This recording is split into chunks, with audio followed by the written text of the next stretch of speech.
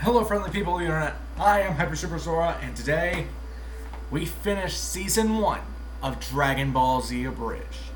But of course, as everything else, link in the description to Team 4 Star because they do amazing stuff and they are amazing people, so you should probably subscribe to them instead of me. And of course, link to the episodes, since this one is in parts. I have labeled which funnies are in which parts. But you should give them a watch, because, spoiler alert, this is a 6-star out of 7. I really like this episode. So, what will happen? And now, I'll give you a minute to watch all that and subscribe to them. I'll wait for you to do so.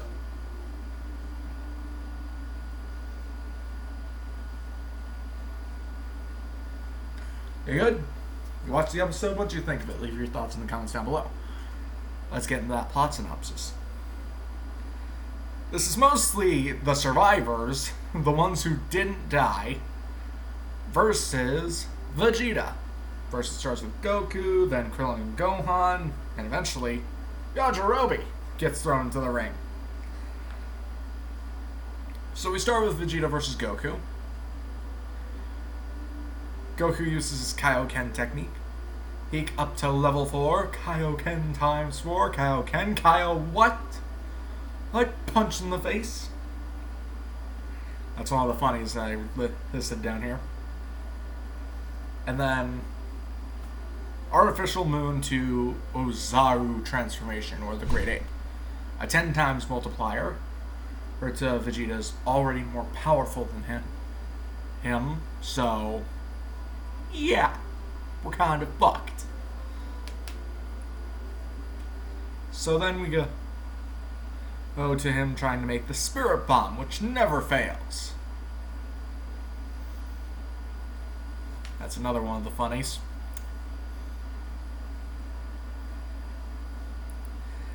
Then Vegeta basically kicks his ass for a bit. And then Gohan and Krillin show up, and then Yajirobe shows up not 2 minutes later. They cut off the tail that severely weakens him. He goes to try to kill them again. Then Gohan gets his tail back. Artificial Moon's still there, so Great Ape transformation. Vegeta lands a Destructo Disc, and then the giant naked monkey lands on top of him, crushing him, and he's just like, yeah, I know when a party's getting too real, or at least I think I do. Let's bail. So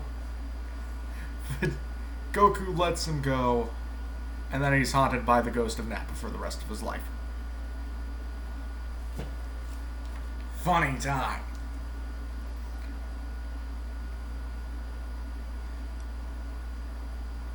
I just have written down right here, Goku versus Vegeta beats. I think I meant to say best, but I don't know.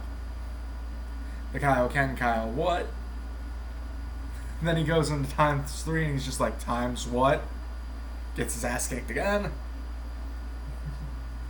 Then something happens where it's just like, where I just wrote down for Vegeta, my pride, my precious pride. And then Goku and Vegeta interacting with each other. That's just funny. That's really funny for me. The smart guy and the idiot. It's like Vegeta and Nappa. You love them. And in the writer's room, they were just like, damn it, Nappa's dead. Now what are we going to do? And then they realized, oh wait, we got this perfectly good Goku here. Let's use him to be funny. And it works.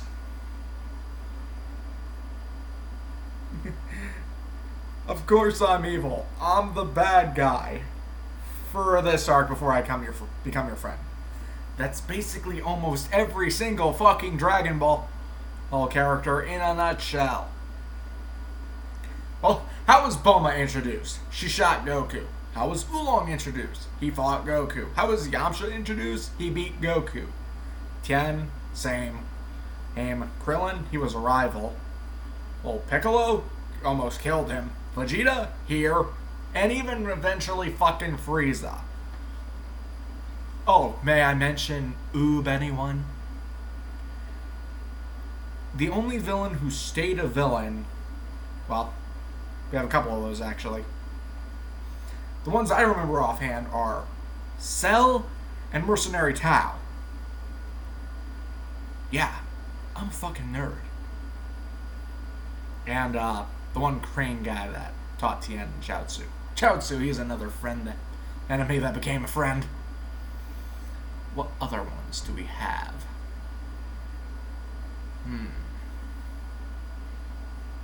I can't remember any off the top of my head. I'm probably missing one that's pretty fucking obvious. But, back to the things.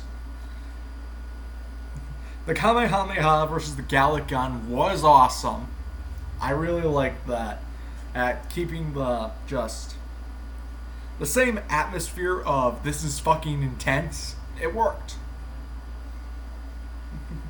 Kaioken. No. Times. No. 4. Fuck. That was good. That was funny. that made me chuckle. And then we cut away to other people with Little Karibo narration plus 10 points. And it's just like, remember when we were relevant? Yeah. Whatever happened to Launch? See her in a bar? Bring back fucking Launch. I like Launch. She was fun in Dragon Ball. Oh, the gun-toting, kick-ass woman who could also be the sweet, gentle wife in the kitchen. I like both. She could simultaneously wear the pants and not. That is a badass woman. Bring her fucking back. I've just shown how I view women. Either way. Edit that out. And then we cut back to the fight. It's just like, now back to the plot. Basically every RPG ever. Where we go away from the plot to side quests, and it's just like, okay, now back to the stuff that's actually important. I'm guilty of this. We're all guilty of this.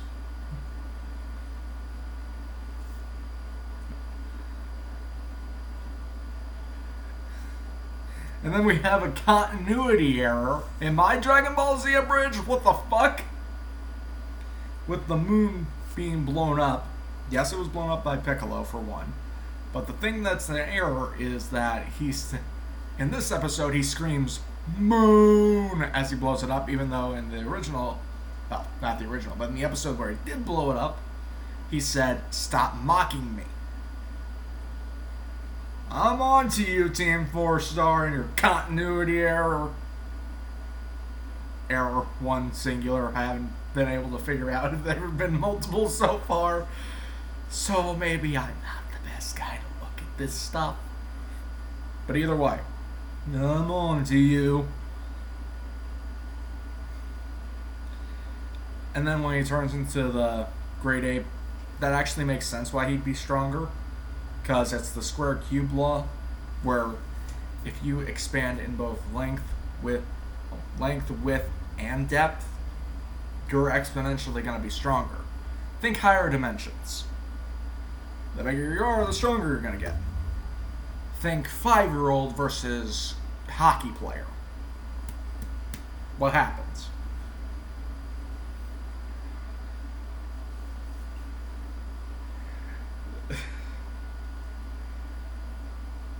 And then they cut out what I thought was, I seen Kai first for the original series until Boo.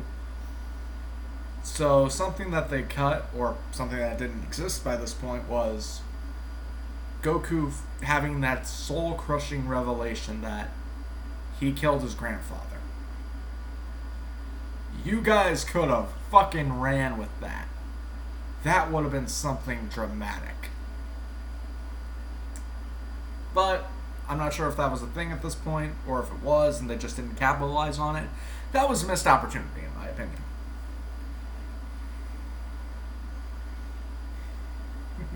I have to use the Spirit Bomb. It will always work. It works once in the entire goddamn series. Boo. That is it. Vegeta? No. Didn't even try it on Cell. Frieza? No. Spoilers. Jiren? He hasn't tried it on Beerus yet, not that I can remember. But the Spirit Bomb has only really worked once. In the main series, I don't remember about the movies if it's, done it. But I guess I'll find out through this retrospective. This rewatch of the show. And that's the end of part 1 where they think they kill Vegeta with the Spirit Bomb, and it's just like, I'm still alive, bitches! Well, no, that's part 2. Where it's just like, I gotta use the Spirit Bomb. And then he gets kicked into a wall. And then Goku, after getting kicked into a wall, talks about the plot of Dragon Ball fucking Evolution, and he's just like, wow, I hit that wall pretty fucking hard. So apparently in this show, Dragon Ball Evolution was a concussion. Makes sense. It really does make sense. Alright. And once again, Tien Shinhan saves the day because he invented the solar flare, which is kind of the solution to all the problems. In all of the shows, really. Solar flare, whenever you fucking need it.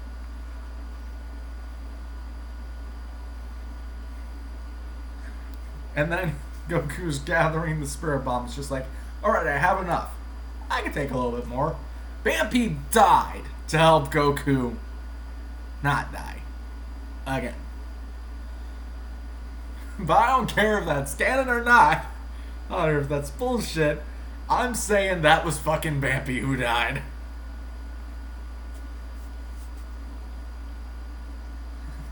You can't see. And then he shoots Vegeta's eye. And at one point I just wrote down, if you can't see, you can't kill me.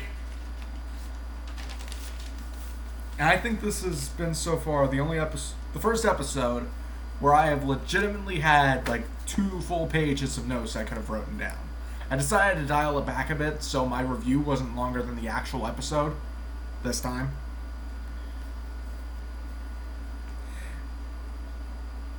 Okay, this joke, I love it. So Vegeta in his Ozaru form picks up Goku and starts to squeeze him. And then he squeaks. Saiyan equals squeaky toy.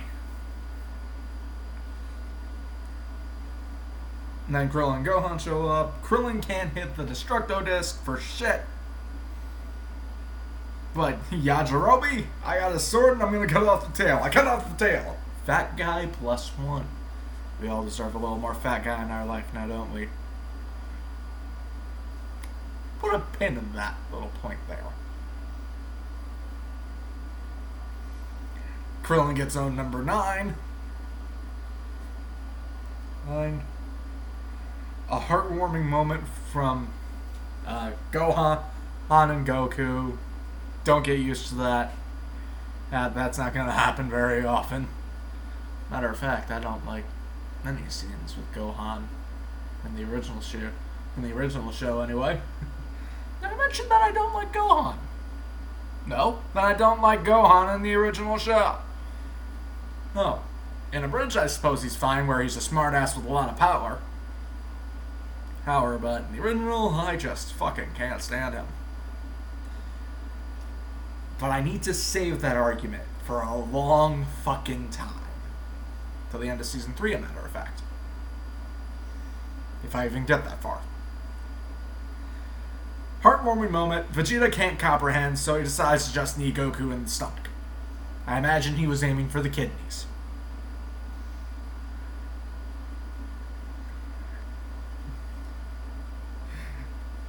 Okay.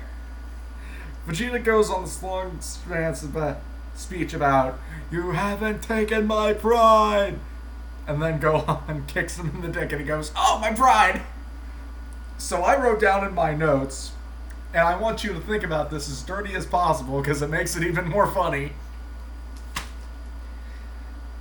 Gohan took Vegeta's pride. Have fun with that, if you will, internet. And then Goku gives Krillin the Spirit Ball, And the dub up that I watched, at least I remember watching, and said, hey, it's only half power, but it should still do the trick. Heck, and this is full power, which makes Vegeta exponentially stronger than I think he should be. But power scaling in Dragon Ball is like trying to blend a toaster, in my opinion. You're trusting Krillin? I don't really have a choice here. My legs are broken. I'm pretty sure my lungs have been punctured and my kidney stopped working 2 minutes ago. And to which I say, fuck you guys, I like Krillin. And then Krillin gets a spirit ball and he's just like, oh, so this is what it feels like to be important. Again, fuck you, I like Krillin. And then he does something that I absolutely hate. I wrote down, stop announcing your attacks, Krillin, then you might actually hit them. Because he failed with a Destructo Disc earlier once he screamed, Destructo Disc! And then threw it. He did the same thing with the Spirit Bomb. You know, if I don't scream my attack at my enemy, they might actually not be able to dodge it. I don't need to say, gun, shoot, in order for me to pull the trigger. So why do I need to scream? Him Destructo Disc if I want to throw the disc. Vegeta doesn't. Frieza doesn't. Cell doesn't. So why the fuck does Krillin?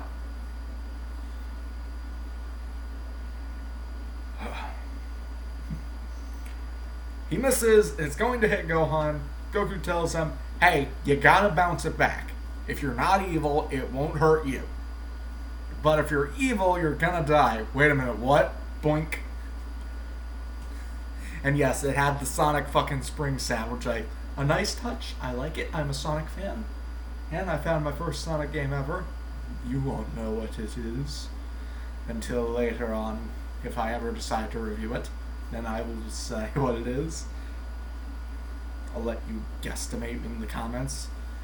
Hence, maybe I'll do something for the guy who got it right.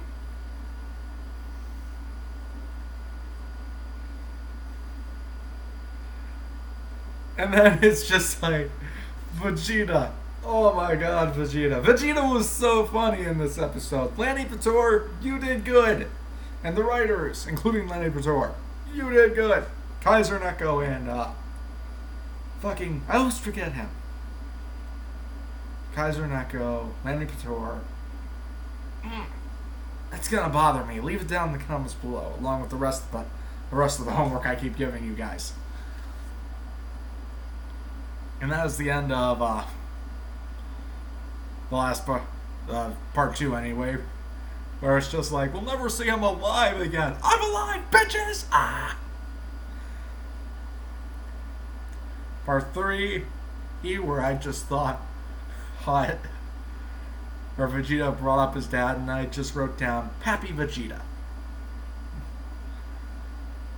And then the fat guy of Yajirobe gets the shit kicked out of him, which I put fat guy -1. You can unpin that now.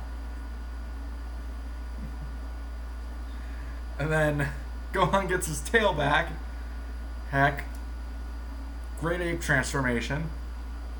And Goku, to try to help his son control his anger, says, you remember your pet dragon, Icarus? We'll get into that when we get into the movies.